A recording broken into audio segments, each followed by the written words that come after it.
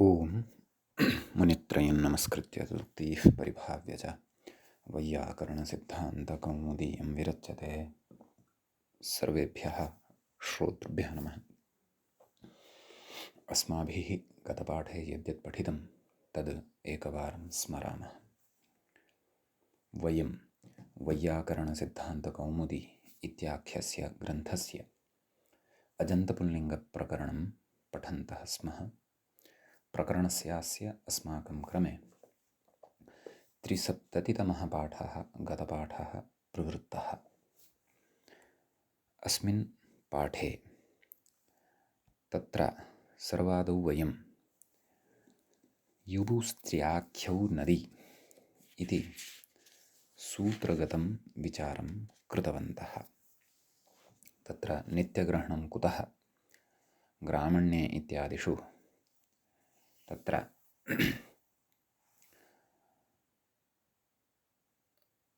ङे प्रत्ययस्य आडागमः यथा न स्यात्। अनित्य स्त्रीलिङ्गस्यापि नाम लिङ्गान्तरेपि यः शब्दः श्रूयते तस्यापि घि नदीसंज्ञा प्राप्ता स्यात्, ग्रामण्यै इति अनिष्टं रूपं स्यात् इति अस्माभिः गतपाठे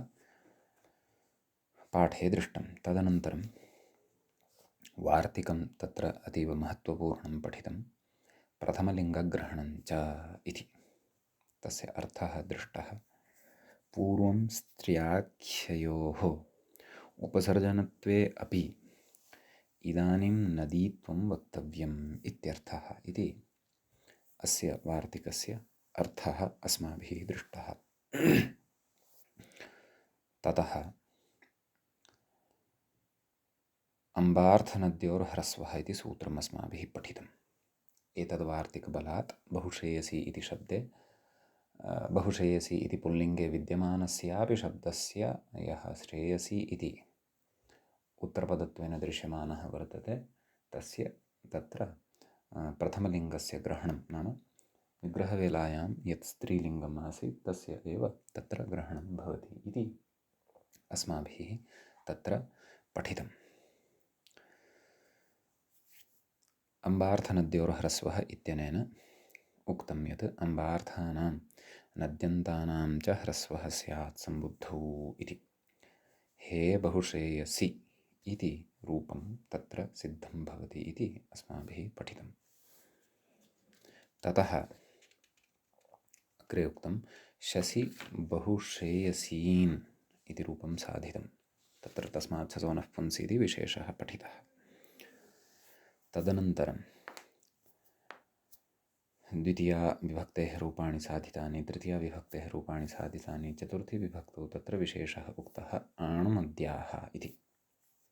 नद्यन्तात् परेषां ङितामाडागमः स्यात् इति तस्य अर्थः दृष्टः। ततः आटश्च इति सूत्रम् अग्रिमम् अपि अस्माभिः पठितम्। आटः अजिपरे वृद्धिरेकादेशः स्यात् इति तस्य अर्थः दृष्टः। तत्र बहुश्रेयस्यै बहुश्रेयस्याः इति पञ्चमी विभक्तेः द्विवचनं यावत् बहुश्रेयस्योः इत्येतावत् पर्यन्तम् अस्माभिः रूपाणि तत्र साधितानि। बहुश्रेयस्याः इत्यत्र बहुश्रेयसी आ अस् इत्यवस्थायां तत्र आटश्च इत्यनेन वृद्धिरेव भवति। चतुर्थी विभक्तेः एकवचने इत्यत्रापि बहुश्रेयसी आ ए, तत्र आ ए अनयोः वृद्धिरेचि इत्यनेन अपि यद्यपि वृद्धेः सिद्धिः भवति तथापि आटश्च इत्यनेन एव तत्रापि वृद्धिः उच्यते। न्याय्यत्वात् आटश्च इत्यस्य एव क्षेत्रमिदम् अतः तेनैव उच्यते। तस्य वस्तुतः सार्थक्यं तु तत्र ऐक्षत इत्यादिषु प्रयोगेषु भवति इति तत्र व्याख्यात्र अस्माकं कृते बोधितम्। समीचीनम्। तत्र गतपाठस्य अन्ते व्याख्यायाः पङ्क्तिः एवमासीत्। पङ्क्तयः बहुश्रेयस्या इति ङसिङसोर्बहुश्रेयसी आ अस् इति स्थिते आटश्च इति वृद्धौ आकारे इणिरूपमिति भावः। अत्रापि सवर्णदीर्घेण सिद्धं न्याय्यत्वात् आटश्च इति वृद्धिः इति। ततः तत्र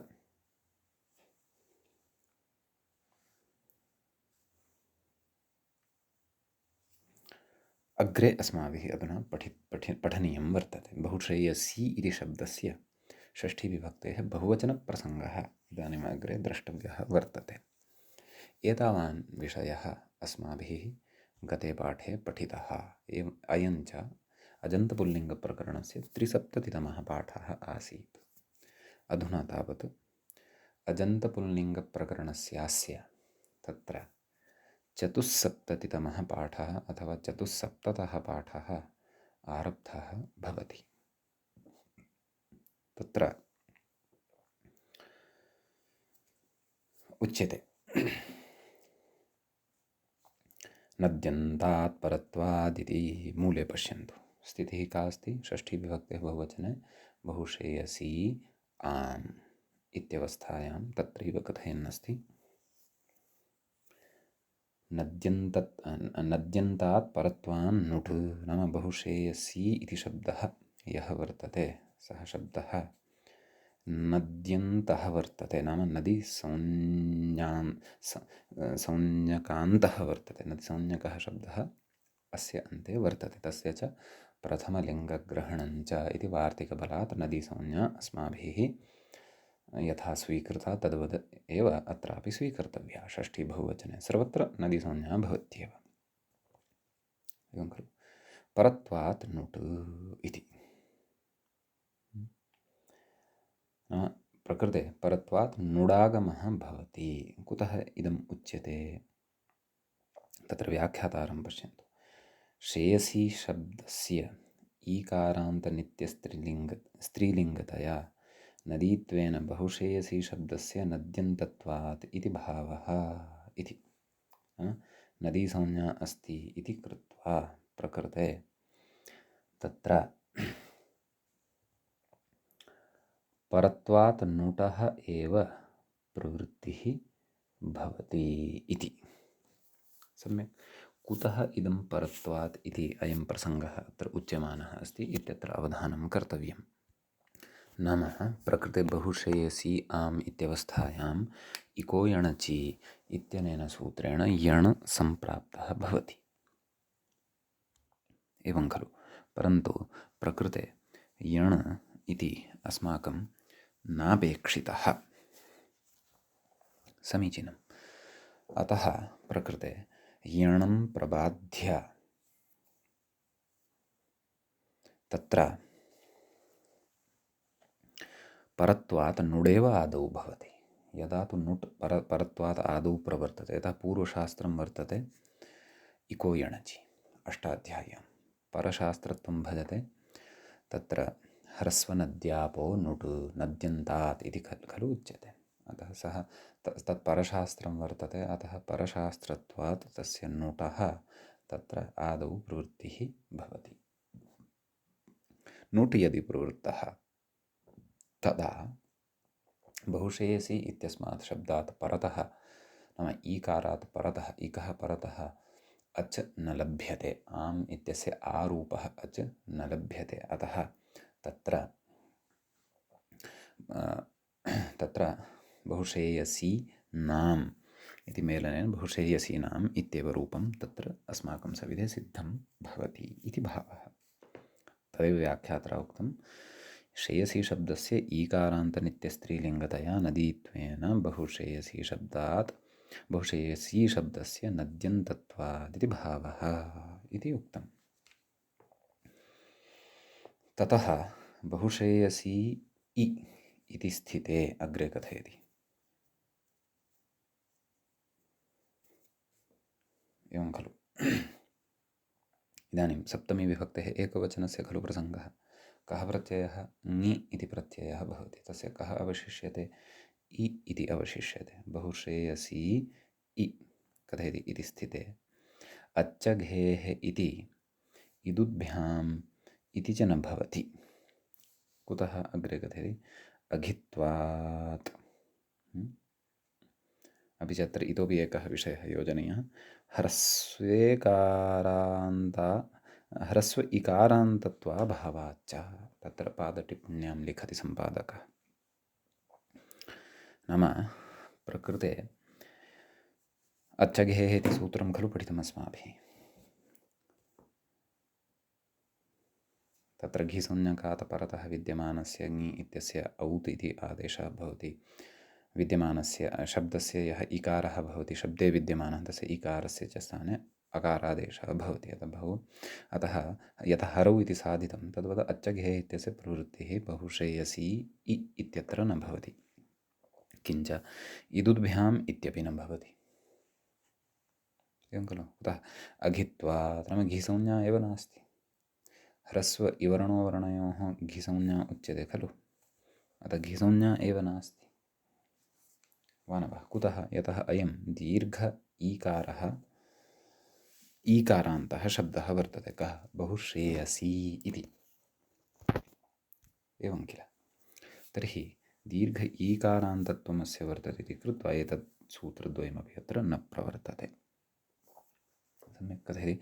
सवर्णदीर्घे प्राप्ते यथा वातप्रमी इ इत्यत्र अस्माभिः सवर्णदीर्घं विधाय वातप्रमी इति सप्तम्यन्तं रूपं यथा श्रुतं तद्वत् तत्र प्रकृते अपि सवर्णदीर्घस्य सम्प्राप्तिः भवति।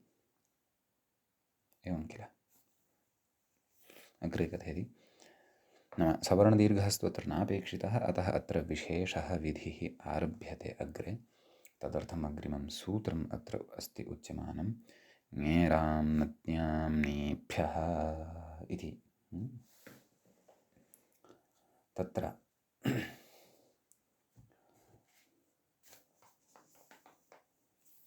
सूत्रस्य पदच्छेदः आदौ अस्माभिः द्रष्टव्यः। सूत्रे ङेः इति प्रथमं पदं वर्तते, षष्ठ्यन्तं तत्पदं भवति। आम्, ङेः आम् इति विधीयमानं प्रथमान्तं पदं भवति। समीचीनं। ततश्च नद्यां नीभ्यः इति अपरं पदं भवति पञ्चम्यन्तं, पञ्चमे विभक्ते बहुवचनान्तं। त्रीणि पदानि अत्र सन्ति। ङेः इति एकं पदं, षष्ठ्यन्तम्, आम् इति प्रथमान्तं, नद्यां नीभ्यः इति च पञ्चम्यन्तं, पञ्चमे विभक्तेः बहुवचनान्तं रूपं भवति। समीचीनं। तर्हि तत्र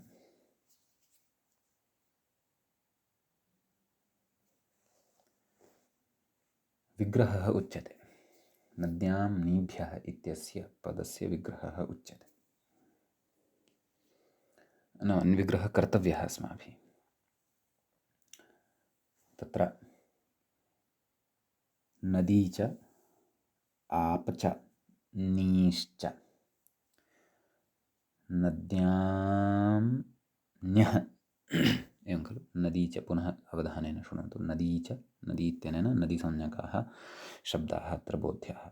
आप च इत्यनेन टाप् चाप् डाप् इत्यादयः स्त्रीप्रत्ययाः ये भवन्ति तेषाम् आप इति यदवशिष्यते, पकारस्यापि संज्ञा भवति, आ इत्येव अवशिष्यते। आप च नीश्च, एवं खलु? नी इति शब्दः अग्रे अस्माभिः साधयिष्यते, पठिष्यते। नीश्च। ततः तत्र ङेरां नद्यां न्यः इति तत्र सन्धिवशात् पकारस्य स्थाने तत्र परसवर्णः भवति। अतः पकारः मकाररूपेण श्रूयते, यरोनुनासिकेन नासिको वा।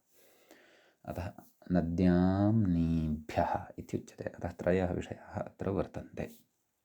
सम्यक्। प्रकृते अङ्गस्य अधिकारः भवति। अतः व्याख्याता किं कथयन्नस्ति तत् पश्यामः। आङ्गत्वात् प्रत्ययग्रहणपरिभाषया च। एवं किल?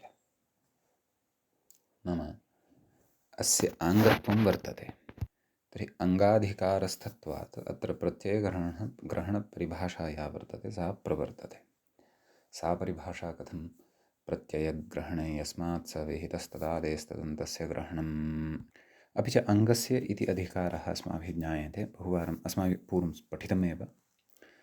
षष्ठाध्यायस्य चतुर्थपादस्य प्रथमसूत्रादारभ्य सप्तमाध्यायस्य समाप्तिं यावत् सः अधिकारः अन्तर्भवति। अतः कथयति, पश्यन्तु व्याख्यातारम्, आङ्गत्वात् प्रत्ययग्रहणपरिभाषया च, तदेव प्रत्ययग्रहणे यस्मात् स विहितस्तदादेस्तदन्तस्य ग्रहणम् इति उक्तमेव, अथवा पदाङ्गाधिकारे तस्य च तदन्तस्य च, एवं खलु। इति वा, अथवा प्रत्ययग्रहणे यस्मात् स विहितः तदादेस्तदन्तस्य ग्रहणम् इति वा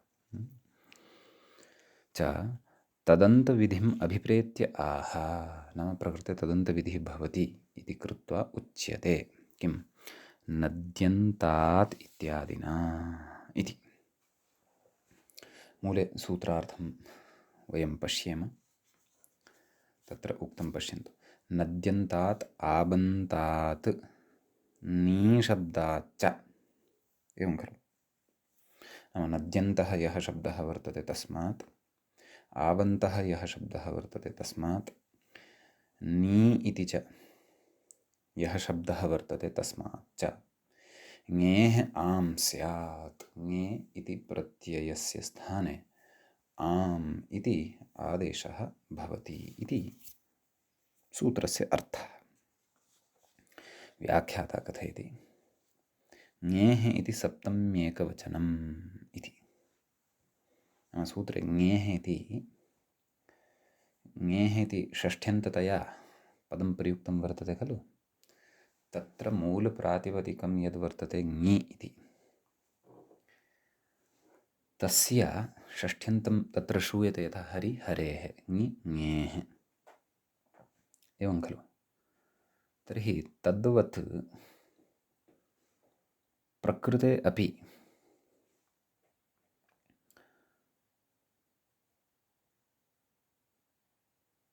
नाम अत्र विचारः कः, नाम अत्र ङि इति प्रत्ययः किमुक्तवान्, ङेः इति सप्तमी एकवचनं, नाम सूत्रे ङेः इति यत् पदं वर्तते तत् सप्तम्यन्तम् इति न, तथा न, तत्तु षष्ठ्यन्तमेव। अत्र अवधानेन पश्यन्तु, अन्यथा भ्रमः भवति। तत्तु षष्ठ्यन्तमेव। तर्हि व्याख्यातुः कः अभिप्रायः? व्याख्यातुः अभिप्रायः, अत्र ङेः इति या षष्ठी श्रूयमाणा वर्तते, तत्र ङि इति सप्तमी विभक्तेः एकवचनस्य प्रत्ययस्य षष्ठी विभक्तिः एषा अस्ति इति अभिप्रायः। सम्यक्। अन्यथा कश्चन वदेत्, किं, ङेः चतुर्थी विभक्तेः एकवचनकः प्रत्ययः ङे, तस्य षष्ठी विभक्तेः एकवचने ङेः इत्येव भवति। तद् एकारान्तेषु वयम् अग्रे द्रक्ष्यामः। तर्हि प्रकृते चतुर्थी विभक्तेः एकवचनस्य ग्रहणं भवतु, एवं खलु। कुतः अत्र पञ्चम्यन्तस्य ङि इत्यस्य षष्ठ्यन्तमिदं वर्तते इति कुतः उच्यते चेत्, तत्र उच्यते व्याख्यानात्। व्याख्यानबलात् सप्तमी विभक्तेः ङि इत्यस्य एव ङेः इति षष्ठ्यन्तमिदं पदं वर्तते। ङे इति एकारान्तः यः शब्दः अथवा एकारान्तः यः प्रत्ययः, तस्य षष्ठ्यन्तं ङेः इति इदं नास्ति। एकारान्तानां च रूपाणि वयम् एकारान्तपुल्लिङ्गप्रकरणपठनवेलायां, नाम अस्मिन् प्रकरणे एव एकारान्तपुल्लिङ्गशब्दानां पठनवेलायाम् अग्रे ज्ञास्यामः। समीचीनम्।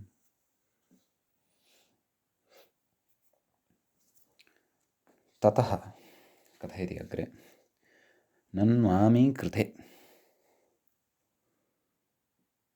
तर्हि पश्यन्तु, सूत्रेण किमुक्तं, ङे स्थाने आम् इति क्रियते। तर्हि का स्थितिः? स्थितिः का जाता अस्माकं सविधे? स्थितिः जाता बहुश्रेयसी आम् इति। अपि च अतीव अवधानेन बहुश्रेयसी इत्यस्य रूपसिद्धिः द्रष्टव्या, यतः एतद् अस्य एकस्य शब्दस्य व्याजेन ईकारान्तस्त्रीलिङ्गशब्दानामपि महती काचिद् व्यवस्था अस्माभिः ज्ञायमाना वर्तते। सम्यक्। तर्हि का स्थितिः जाता? बहुश्रेयसी आम्। कस्याः विभक्तेः एषः प्रसङ्गः? सप्तम्याः विभक्तेः। तत्र विवचनं किम्? एकवचनम् इति बुद्धौ स्थापनीयम्। सम्यक्।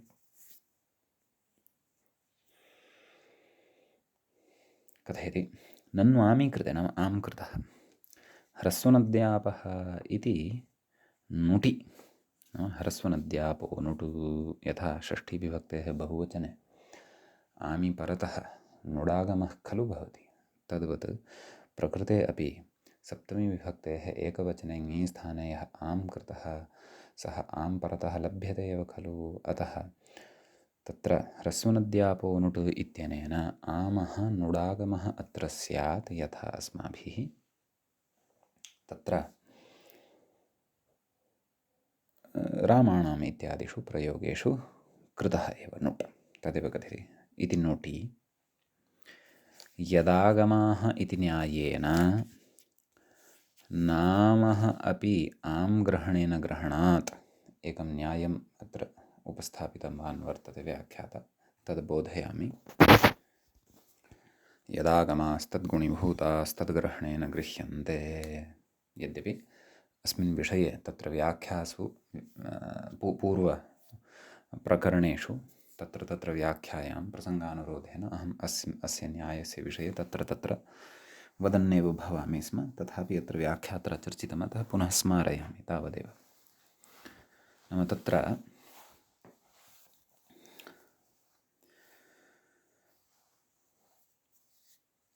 यदागमाः तद्गुणीभूतास्तद्ग्रहणेन गृह्यन्ते। यदागमास्तद्गुणीभूताः, ये आगमाः वर्तन्ते ते आगमाः यस्य विहिताः वर्तन्ते। प्रकृते कः आगमः कस्य विहितः वर्तते इति चेत् प्रकृते नुट् आगमः आमः विहितः वर्तते। तर्हि आम् इत्यस्य अवयवभूतः एव आम् इति आगमः भवति, तस्मात् भिन्नः न भवति, एवं खलु। तर्हि तेन किं कथयति इति न्यायेन नामोऽप्यां ग्रहणेन ग्रहणात्, नाम यः वर्तते नुट् सहितः यः नाम इति वर्तते तस्यापि आम् ग्रहणेन ग्रहणं स्यात्। यत्र यत्र आम् इत्यस्य ग्रहणं कृतं वर्तते तत्र नामः अपि ग्रहणं भविष्यति, अर्थात् नुट् सहितस्यापि तत्र ग्रहणं भविष्यति, एवं खलु। कथयति आम् ग्रहणेन ग्रहणात् आण्णद्याः इति आडागमः स्यात् इति। आण्णद्याः इत्यनेन सूत्रेण आडागमः स्यात्, एवं खलु। तर्हि का स्थितिः स्यात्? बहुश्रेयसी आ नाम, एवं खलु। तर्हि बहुश्रेयसी तत्र आ नाम इत्यवस्थायां पुनः बहुश्रेयसी आ इत्यनयोः यण् भवति। बहुश्रेयस्या तदनन्तरं नाम बहुश्रेयस्यानाम् इति अनिष्टं रूपम् अत्र लब्धं भवति आमी कृते। परन्तु आम् तु अत्र कर्तव्यः एव वर्तते खलु, वा न वा? अतः एतादृशम् अनिष्टं रूपम् अत्र लभ्यमानं वर्तते। तदेव कथयति इति आडागमः स्यात् इत्याशङ्क्याः, नाम एवं रीत्या आडागमः स्यात् इति शङ्कां पुरस्कृत्य कथयति। किं कथयति? इह परत्वादिति मूले पश्यामः, मूले पश्यन्तु च। इह परत्वात् आटा नुड् बाध्यते इति। प्रकृते परत्वात् नाम तत्र नुट् यः वर्तते सः नुट् तु सप्तमाध्यायस्य प्रथमपादस्य चतुष्पञ्चाशत्तमं सूत्रं वर्तते। ह्रस्वनद्यापो नुटु आडागमः आणनद्याः इति तत्तु तस्मिन्नेव पादे नैव तत्तु तृतीयस्य पादस्य सप्तमाध्यायस्य तृतीयस्य पादस्य 12-शततमं सूत्रं भवति। आडविधायकम् एवं खलु। तर्हि कथयति इह परत्वात् आटा अर्थात् आड् द्वारा तृतीया विभक्तिः अस्ति। तच्च केन विधीयते? आणनद्याः इत्यनेन। नुड् बाध्यते, नाम नुटः बाधः क्रियते। नुट् केन विधीयते? ह्रस्वनद्यापो नुट् इति, एवं खलु। तस्य बाधः क्रियते। समीचीनं। तेन किं? तेन इदं यत् प्रकृते तत्र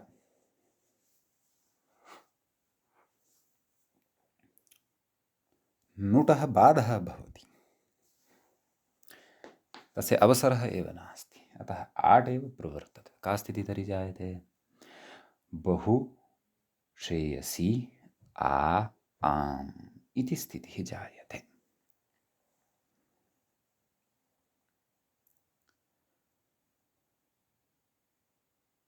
एवं किल। सप्तमी विभक्तेः अयं प्रसङ्गः। बहुश्रेयसी आम्।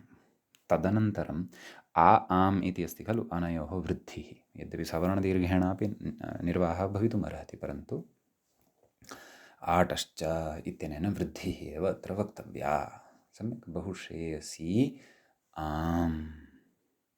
सम्यक्। अस्याम् अवस्थायां ततः अधुना यण् अत्र दुर्वारः यणं भवति। बहुश्रेयस्य आम्, बहुश्रेयस्याम् इति रूपं तत्र सिद्धं भवति इति भावः। सम्यक्। व्याख्याता कथयति न च कृते अपि आडागमे नुट्। एवं खलु। कश्चन वदेत् भोः आडागमं करोतु, तदनन्तरं वृद्ध्यादिकं यत् कर्तव्यं बहुश्रेयसी आम् इत्येव खलु लभ्यते। तदनन्तरं नुटं करोतु। यतः वृद्धेः अनन्तरमपि आम् इत्यत्र वृद्धेः अनन्तरमपि अस्ति तु सः आम् रूपः एव। अतः तत्र अस्माभिः पुनः नुडागमः कर्तुं शक्यते खलु इत्येतत् न, तथा न भवति। तदेव कथयति न च कृतेऽप्याडागमे नुट्, नाम कृतेऽपि आडागमे नुट् भवति इति न च वक्तव्यं। तदेव कथयति किन्न स्यादिति वाच्यं। नाम नुट् अयं न स्यात्, किन्न स्यात् वा इति न वक्तव्यम् इति न शङ्कनीयं। कुतः? तत्र एकः न्यायः। विप्रतिषेधे यद्बाधितं तद्बाधितमेव इति न्यायादिति भावः। नाम एषा काचित् परिभाषा भवति। विप्रतिषेधे नाम तुल्यबलविरोधे सति यद्बाधितं तद्बाधितमेव। यस्य बाधः कृतः तस्य बाधः कृतः तावदेव। बाधोत्तरं तस्य पुनरुन्मज्जनं पुनः उत्थानं न भवति इति परिभाषाबलात्, विप्रतिषेधे यद्बाधितं तद्बाधितमेव इति वचनबलात् तत्र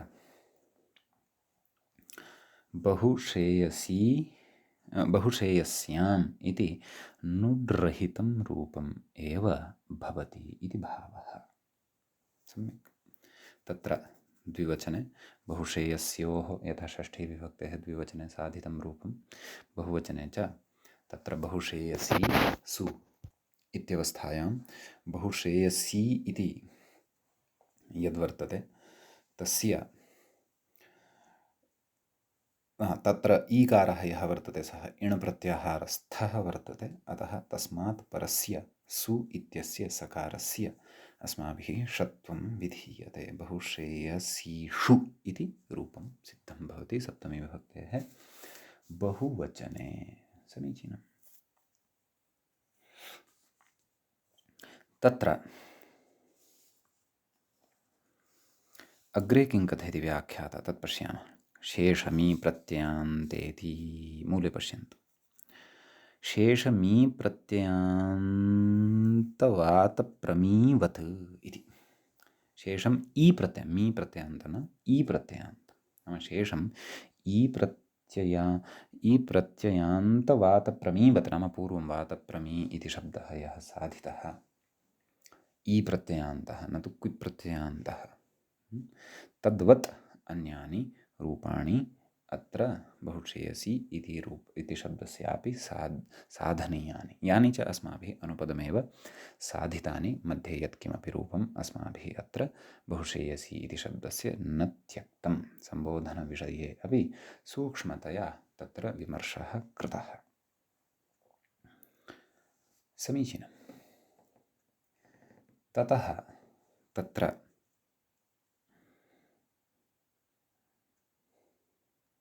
अग्रे कथयति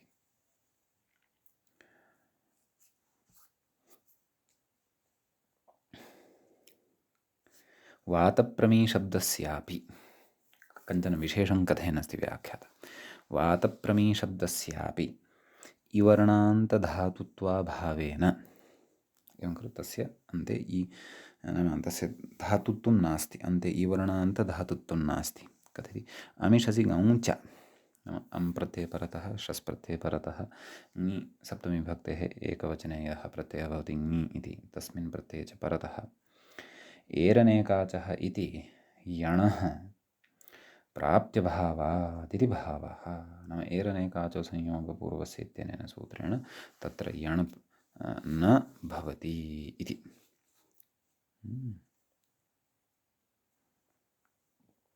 खलु अमिषसि ङौ च वातप्रमीशब्दस्यापि ईवर्णान्तधातुत्वाभावेन अमिषसि ङौ च एरनेकाचः इति यणः प्राप्त्यभावादिति भावः परन्तु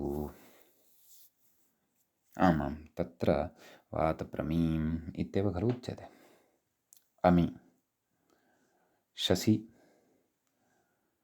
वातप्रम्यः इत्येव खलु उच्यते नैव वातप्रमीन् इति कथयामः अत्रापि किं रूपं बहुश्रेयसीन् इति रूपं कथयामः नाम पूर्वसवर्णदीर्घः एव भवति तत्र दीर्घो न तत्र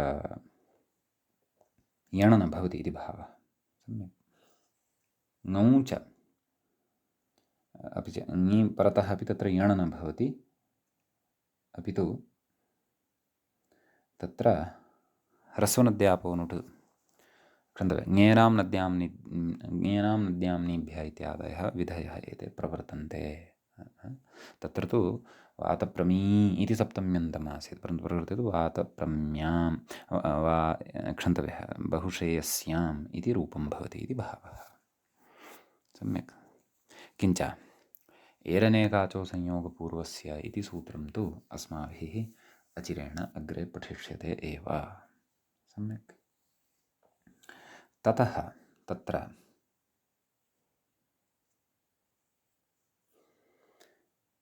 बहुश्रेयसी शब्दविषये तु एतावान् एव अत्र विशेषः आसीत् अधुना तावत् अग्रे सूत्रम् अत्र पठ्यते तच्च क्षन्तव्यः सूत्रं न पठ्यते व्याख्यायां पठ्यते परन्तु मूले तु अतिलक्ष्मीशब्दविषये विचारः आरभ्यते अतिलक्ष्मीः इति रूपं साधनीयं वर्तते पुल्लिङ्गे एव इदमपि रूपं भवति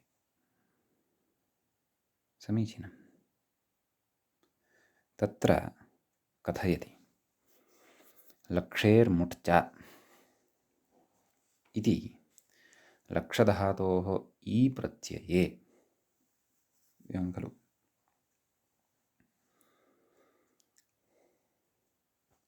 औणादिकमिदं सूत्रं भवति नाम लक्ष्मीशब्दस्य सिद्धिविषये आदौ उच्यमानं वर्तते यतः अतिलक्ष्मीः इत्यत्र वस्तुतः सर्वापि प्रक्रिया यदि अस्माभिः ज्ञेया तर्हि लक्षेर्मुट्च इत्यस्य सूत्रस्य अवगमनम् अपेक्षितं समीचीनं कथयति इति लक्षधातोः ई प्रत्यये एवं खलु लक्ष ई तस्य मुटि नाम ई यः अस्ति खलु तस्य मुडागमः क्रियते मुटः तत्र म इत्येव अवशिष्यते केवलः व्यञ्जनभूतः म इत्येव मुटः अवशिष्यते अतः तत्र लक्ष म इ लक्ष्मी तदेव कथयति। लक्ष्मी इति शब्दः सिद्धः भवति। कथयति मुटि लक्ष्मी शब्दः। तत्र लक्ष इत्यत्र अकारः तु तत्र धातौ न परिगण्यते। तस्य इतिसंज्ञत्वात् लोपः भवति। लक्ष् इति षकारान्तः मूर्धन्यषकारान्तः एव अयं धातुः इति चिन्तनीयम्। अतः तत्र क्षन्तव्य इ प्रत्ययः तस्य मूढागमः लक्ष् म इ लक्ष्मी इति रूपं सिद्धं भवति। सम्यक्। तत्र कथयति व्याख्याता लक्ष्मीम् अतिक्रान्तः इति विग्रहे अयम् अत्र विग्रहः क्रियते। एवं खलु अतिखट्वः इत्यादिषु विग्रहाः श्रुताः खलु तद्वद् प्रकृतेपि कथयति इति विग्रहः कृतः। अयं लौकिकविग्रहः। अलौकिकविग्रहः कथं लक्ष्मी अम् अति सु सम्यक् इति विग्रहे अत्यादयः क्रान्ताद्यर्थे इति समासः। समीचीनम्। अत्यादयः क्रान्ताद्यर्थे द्वितीयया इत्यनेन वार्तिकमिदम् अग्रे पठिष्यते। अनेन वार्तिकेन समासो भवति। सम्यक्। तर्हि तत्र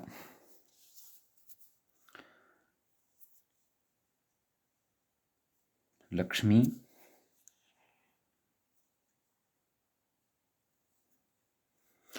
समासः कृतः। अति इत्यस्य पूर्वनिपातः भवति उपसर्जनं पूर्वमित्यनेन अतिलक्ष्मी इति मूलशब्दः सिद्धः भवति। अयं तत्पुरुषप्रसङ्गः। अतः प्रकृते अपि उपसर्जनत्वात् समस्तपदेन तत्र अतिलक्ष्मी इति शब्दः पुल्लिङ्गे सम्पन्नः भवति। सम्यक्। तत्र कथयति अस्त्री प्रत्ययान्तत्वात् नोपसर्जनः ह्रस्वः इति। नाम अत्र यथा तत्र बहुश्रेयसी इत्यत्र तु स्त्री प्रत्ययः ङीप् इति आसीत् खलु अन्ते। अत्र तथा नास्ति। अत्र तु स्त्री प्रत्ययः यः वर्तते क्षन्तव्यः। अत्र तु अन्ते यः ईकारः दृश्यमानः वर्तते सः ई इति वर्णः तु औणादिक ई प्रत्ययस्य सकाशात् लब्धः वर्तते। अथवा औणादिकः ई प्रत्ययः एव सः वर्तते। सः ङीष् ङीन् इत्येतेषु स्त्रीप्रत्ययेषु यस्य कस्यापि ई वर्णः नास्ति। तदेव कथयति अस्त्रीप्रत्ययान्तत्वात् नोपसर्जनः ह्रस्वः। नाम प्रकृते उपसर्जनह्रस्वः न भवति। नाम अस्य उपसर्जनसंज्ञकस्य ह्रस्वविधानं न भवति इति भावः। सम्यक्।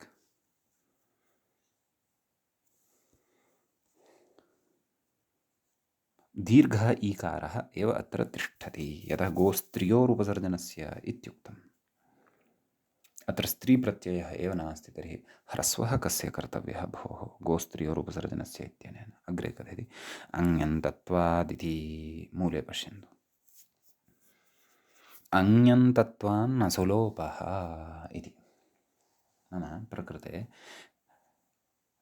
यः कोऽपि ङी इति स्त्रीप्रत्ययः अस्य शब्दस्य अन्ते नास्ति अतिलक्ष्मी इति। अतः अस्मात् विहितः यः सुप्रत्ययः तस्य हल्ङ्याभ्यो दीर्घात् सुतिस्य वृत्तं हल् इत्यनेन सूत्रेण लोपः नैव भवति। समीचीनम्। अतः सु इत्यस्य यः स तस्य ऋत्वं ततः च तस्य विसर्गत्वं भवति। सम्यक्। अतिलक्ष्मीः इति रूपं तत्र प्रथमाविभक्तेः एकवचने सिद्धं भवति। समीचीनं। ततश्च अग्रे कथयति किं पश्यन्तु। शेषं बहुश्रेयसी वदिति इति। उपरि पश्यन्तु। मूले उक्तं खलु इदं वाक्यं। तत्र व्याख्याता कथयति प्रथमलिङ्गग्रहणं च इति नदीत्वादिति भावः। एवं खलु। शेषं नाम प्रथमाविभक्तेः एकवचनं विहाय समग्रं सर्वाणि अपि अन्यानि रूपाणि अत्र बहुश्रेयसी इति शब्दवत् एव भवन्ति इति अस्माभिः ज्ञातव्यम्। सम्यक्। कुतः? यतोहि प्रथमलिङ्गग्रहणं च नाम समासात् पूर्वं विग्रहवेलायां लक्ष्मीशब्दस्य यल्लिङ्गमासीत् तत् अधुना अस्मिन् तत्पुरुषसमासे निष्पन्ने अपि स्वीकृतं भविष्यति इति भावः। तर्हि अतिलक्ष्मीः अतिलक्ष्म्यौ अतिलक्ष्म्यः इति प्रथम। हे अतिलक्ष्मि हे अतिलक्ष्म्यौ हे अतिलक्ष्म्यः इति सम्बोधनप्रथम। अतिलक्ष्मीम् अतिलक्ष्म्यौ अतिलक्ष्मीन् अतिलक्ष्म्या अतिलक्ष्मीभ्याम् अतिलक्ष्मीभिः अतिलक्ष्म्यै अतिलक्ष्मीभ्याम् अतिलक्ष्मीभ्यः अतिलक्ष्म्याः पञ्चमी अतिलक्ष्मीभ्याम् अतिलक्ष्मीभ्यः अतिलक्ष्म्याः अतिलक्ष्म्योः अतिलक्ष्मीणाम् षष्ठीविभक्तेः बहुवचने तत्र णत्वं भविष्यति। अतिलक्ष्मीणां सप्तमीविभक्तेः एकवचने अतिलक्ष्म्याम्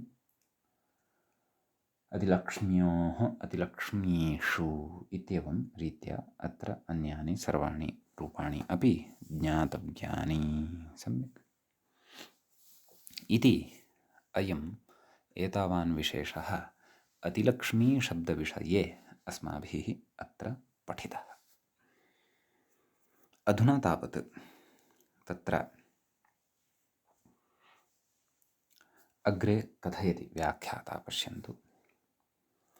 अथ धातुत्वम् आपन्ने इदानीं कुमारीशब्दविषये अतिलक्ष्मीशब्दविषये यः विशेषः आसीत् सः सम्पन्नः।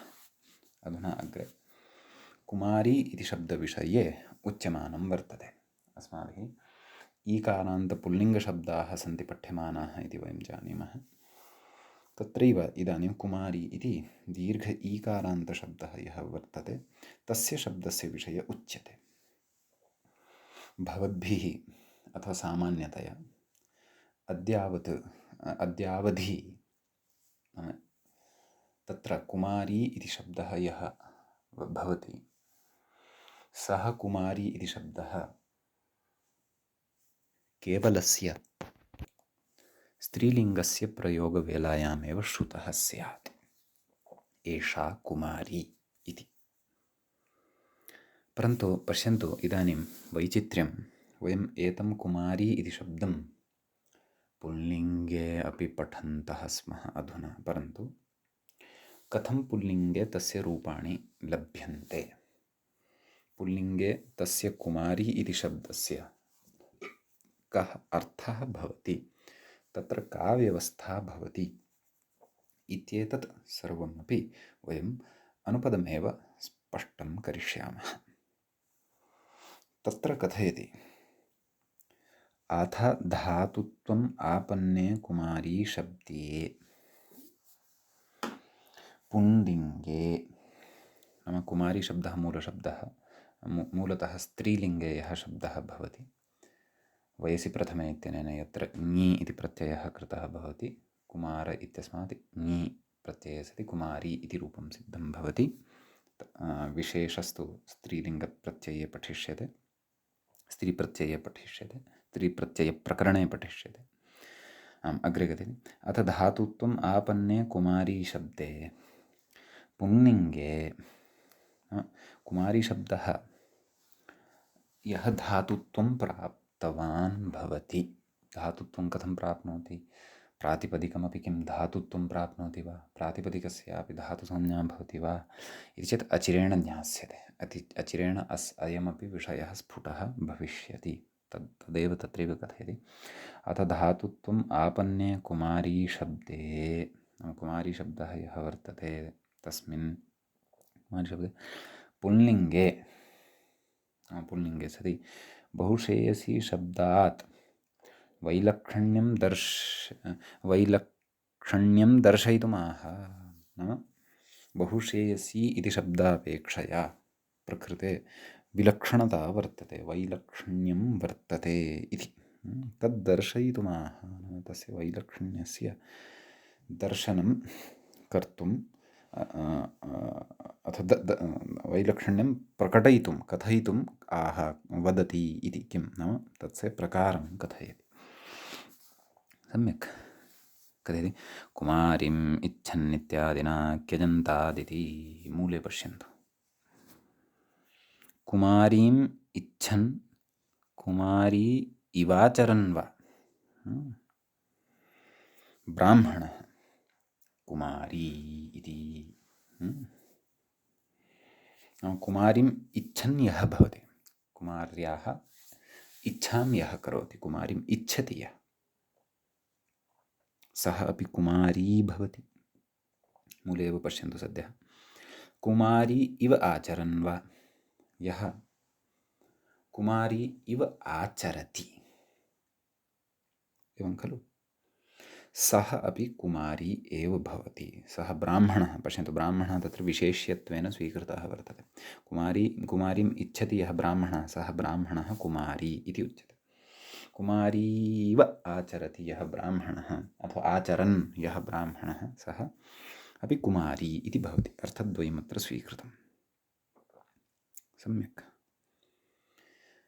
अर्थद्वये अपि कुमारी इति शब्दः कथं सिद्ध्यति तस्य कृते तत्र मूले कथयन्नस्ति, व्याख्याता तत्र इङ्गितं कुर्वन्नस्ति। किं कथयित्वा क्यजन्तादिति मूले पश्यन्तु। क्यजन्तात् आचारक्विबन्ताद्वा कर्तरि क्विप् इति। तत्र क्यजन्तात् नाम क्यच् प्रत्ययान्तात्। सम्यक्। आचारक्विबन्ताद्वा, आचारक्विप् प्रत्ययः एकः भवति, तदन्तत्वात् वा कर्तरि क्विप् प्रत्ययः भवति। कोऽर्थः? आदौ वयम् अत्रापि केवलस्य क्यजन्तात् इत्यस्य एव व्याख्यानं कुर्मः। क्यजन्तात् क्विप्, अत्र वाक्यद्वयं सम्पन्नं भवति। क्यजन्तात् कर्तरि क्विप् इति एकं वाक्यम्, आचारक्विबन्तात् कर्तरि क्विप् इति द्वितीयं वाक्यम्। सम्यक्। लक्ष्यं किमस्ति? कुमारी इति शब्दस्य साधना अथवा इति शब्दस्य सिद्धिः लक्ष्यं वर्तते। सम्यक्। तर्हि तत्र कथयति, व्याख्यातारं पश्यन्तु। कुमारीम् आत्मनः इच्छति इत्यर्थे अयमर्थः वर्तते। अस्तु। सुप आत्मनः क्यच् इति क्यच्, सुप आत्मनः क्यच् इत्यनेन सूत्रेण क्यच् इति प्रत्ययः भवति। सम्यक्। अयं क्यच् कुमारीम् इच्छति इत्यस्मिन् अर्थे कृतः वर्तते इति अवधानं भवतु। सुपात्मनः क्यच् अयं सनादिप्रत्ययः कश्चन वर्तते। सनादिषु विद्यमानः कश्चन प्रत्ययः वर्तते। अग्रे अस्माभिः पठिष्यते। कथयति कचावितौ क्यचि ककारः यः वर्तते प्रथमतया श्रूयमाणः वर्तते, अपि च चकारः यः वर्तते, अनयोः द्वयोः अपि इत संज्ञा तत्र भवति इति भावः। सम्यक्। इत संज्ञानन्तरं य इत्येव अवशिष्यते। नाम यकाराकार सङ्घातरूपः य इति प्रत्ययः अवशिष्यते इति कथयति। सनाद्यन्ता इति क्यजन्तस्य धातुत्वात्, नाम एकं सूत्रमग्रे पठिष्यते। सनाद्यन्ता धातवः इत्यनेन सूत्रेण क्यजन्तस्यास्य धातुसंज्ञा उच्यते। नाम तत्र कुमारी य इति खलु स्थितिः जाता अस्ति अस्माकं सविधे। कुमारी य इति स्थितिः लब्धा वर्तते। अतः कुमारी य इति क्यजन्तस्य धातुसंज्ञा सनाद्यन्ता धातवः। तेन किमुच्यते? सनाद्यन्तानि शब्दस्वरूपाणि यानि वर्तन्ते तेषां धातुसंज्ञा भवति। इदमेव च नामधातुत्वम् इत्यपि उच्यते। सम्यक्। नाम पूर्वं नामपदं भवति। यथा प्रकृतकुमारी इति आसीत्, प्रातिपदिकमासीत्, तस्य नामपदस्य धातुत्वेन परिवर्तनम् अथवा धातुत्वेन प्रयोगः नामधातुत्वम् इत्युच्यते। सम्यक्। कथयति इति क्यजन्तस्य धातुत्वात् तदवयवसुपः अमः एवं खलु। कुमारीम् इच्छति इति खलु विग्रहः कृतः आसीत्। सुबन्तादेव अयं प्रत्ययः कस्यां नाम अत्रापि लौकिक अलौकिकविग्रहः भवति। कुमारीम् इच्छति इति लौकिकविग्रहः। अलौकिकविग्रहः कथं? कुमारी अं क्यच्। कुमारी अं क्यच् इत्यवस्थायां तत्र सुपोधातुप्रातिपदिकयोः इत्यनेन सूत्रेण इदानीं धातुसंज्ञा जाता अस्ति खलु। कुमारी अं क्यच् इति एतावतः धातुसंज्ञा जाता वर्तते। केन? सनाद्यन्ता धातवः इत्यनेन। अस्य धातोः मध्ये अम् अपि अस्ति। अधुना धातुसंज्ञा कियतः समुदायस्य सम्पन्ना? कुमारी अं क्यच्। क्यचः य अवशिष्टः इत्युक्तमेव। कुमारी अं य इत्येतावतः समुदायस्य धातुसंज्ञा सम्पन्ना एवं खलु। ततः तदेव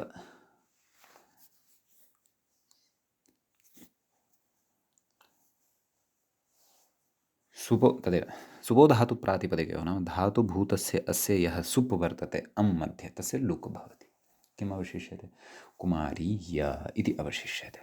सम्यक् कथयति। ततः क्विप् च इति कर्तरि क्विप् नाम धातुः सम्पन्नः। अधुना कुमारीय इति धातुः सम्पन्नः। सनाद्यन्तधातुः एषः वर्तते। अतः क्विप् च इति कर्तरि क्विप्। क्विप् च इत्यनेन सूत्रेण प्रकृते कर्तृर्थे क्विप् प्रत्ययः विधीयते। समीचीनम्। अतः तत्र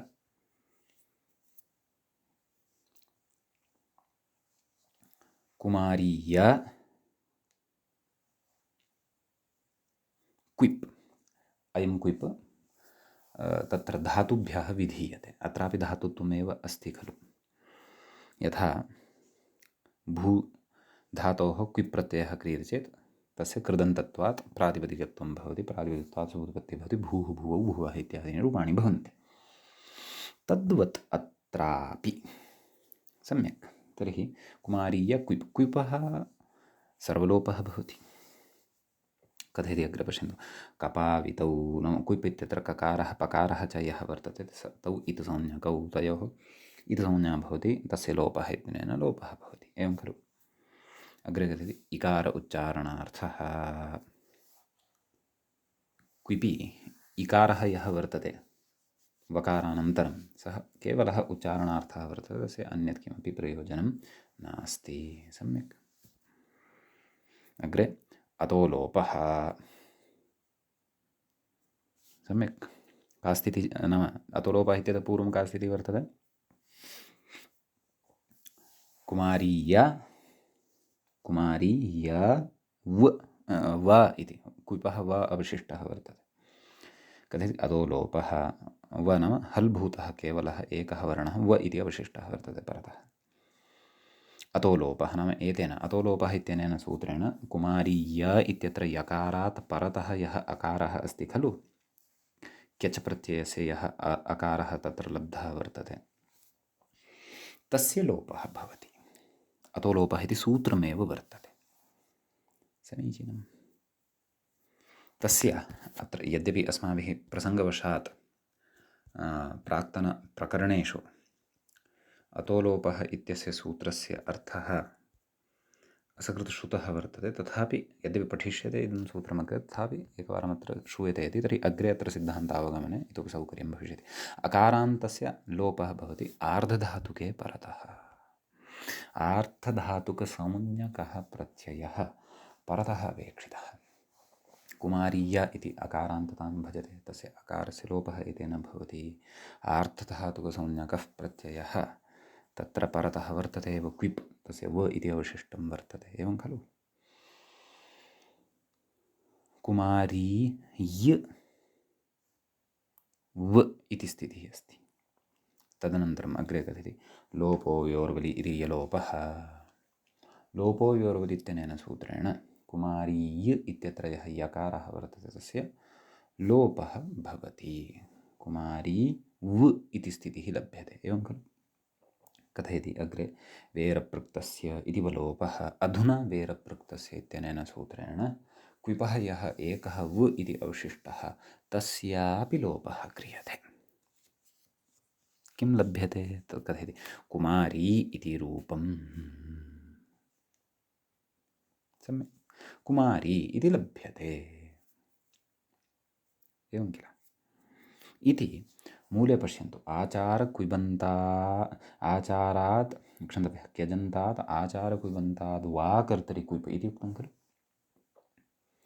तत्र वाक्यद्वयं सम्पद्यते इति मया उक्तं खलु। प्रथमं किं क्यजन्तात् कर्तरि कुप् क्यजन्तात् कर्तरि क्विपि सति कुमारी इति शब्दः यः लभ्यते तत्र कुमारीम् इच्छति इत्यस्मिन् अर्थे तद् प्रथमरीत्या तद् प्रथमप्रकारेण अस्माभिः कुमारी इति शब्दः अत्र साधितः।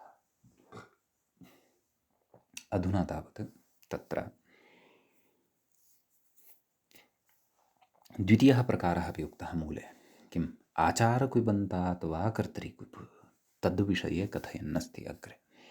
द्वितीयेन प्रकारेणापि कुमारी शब्दं किञ्चित् अर्थभेदेन साधयन्नस्ति ग्रन्थकारः। सम्यक्।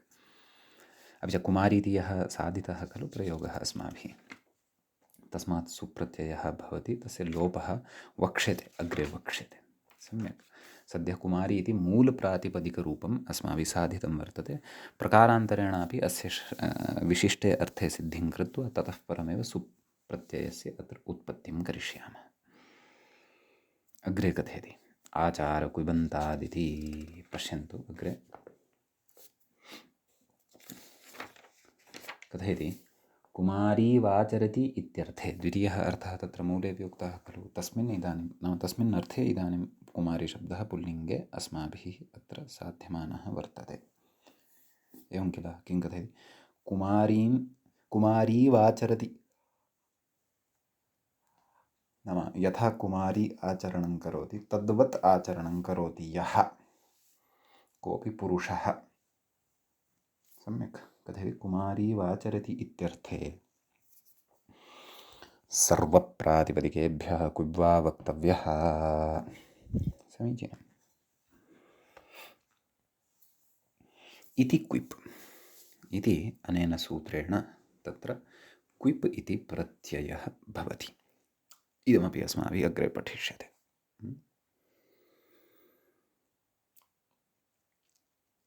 अयं यः क्विप् विहितः अयमपि सनादिः वर्तते। यथा पूर्वं क्यच् इति सनादिः आसीत् तथा क्यजन्तस्य सनाद्यन्ता धातवः इत्यनेन धातुसंज्ञा उक्ता तद्वत् प्रकृते अपि अस्य क्विबन्तस्यापि धातुसंज्ञा वक्ष्यते अथवा भवति। कथयति अग्रे कपावितौ नाम कुमारी क्विप् इत्यवस्थायां ककारस्य पकारस्य च संज्ञा भवति। इकारः पूर्वदेव अत्रापि उच्चारणार्थः भवति इति ज्ञेयं। व इति अवशिष्यते तस्य कथयति वेरप्रक्तस्य इति लोपः इति वलोपः नाम वेरप्रक्तस्य इत्यनेन सूत्रेण अवशिष्टस्य वकारस्य लोपः भवति इत्यर्थः। समीचीनम्। ततः कथयति सनाद्यन्ताः इति धातुत्वात् कर्तृक्विप् सनाद्यन्ता धातवः नाम अयं क्विप् अपि सनादिषु अन्तर्भवति एतेन वार्तिकेन यः क्विप् विहितः इति कृत्वा सनाद्यन्ता धातवः इत्यनेन धातुसंज्ञा भवति।